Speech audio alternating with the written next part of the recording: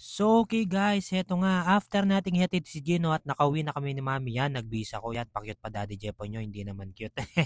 So yan guys, heto, sumakay na nga ako sa sasakyan para mapalamig ko na yung asawa ko, kita nyo naman dito, buisit na buisit siya sa init, sabi ko yan, pasok ka na dito, malamig dito. And after nun yan, fast break, nandito na nga kami, nasundo na namin si Gino. Buryot nung una, nung nakita si Mami, sobrang saya. At ayan, kompleto na naman kami guys. Siyempre, ano pa bang gagawin namin?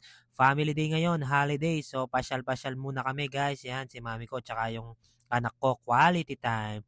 At eto nga, nandito na nga po kami sa loob ng mall. Grabe, napakasarap sa loob ng mall. Dito na lang yata talaga masarap pumasyal sa Pampanga kasi sobrang init. At ayun, si mami ko, may hinahanap siya dito sa SM department na mahalan siya. Sabi ko, syempre, namimili ka, naka-aircon eh. Ayan yung anak ko, nako, para yata nagmana kay daddy niya, mahilig sa libro. Yan, bookish yata siya, nako. Joke lang yun, hindi naman talaga ako mahilig sa libro. So yan guys, after nun yan, nag-supermarket nga kami. Siyempre, may mga bibili kami yan. Yung anak ko, pumitik ng Pringles, hindi pa bayad yan, nak. And after nun, dahil makulit nga siya, yan, ginamit na namin yung pinagbabawal na technique.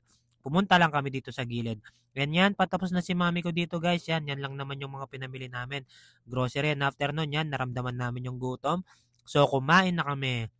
At eto nga yung anak ko, yan, kita nyo naman, busy nagsi-cellphone para naman kami makakain na maayos. Eto, kakain na kami. Yan lang naman yung in-order namin ni Mami. Nag-crave daw siya ng lasagna. So yan, kakain na kami. Siyempre, serve pa rin natin si Mami.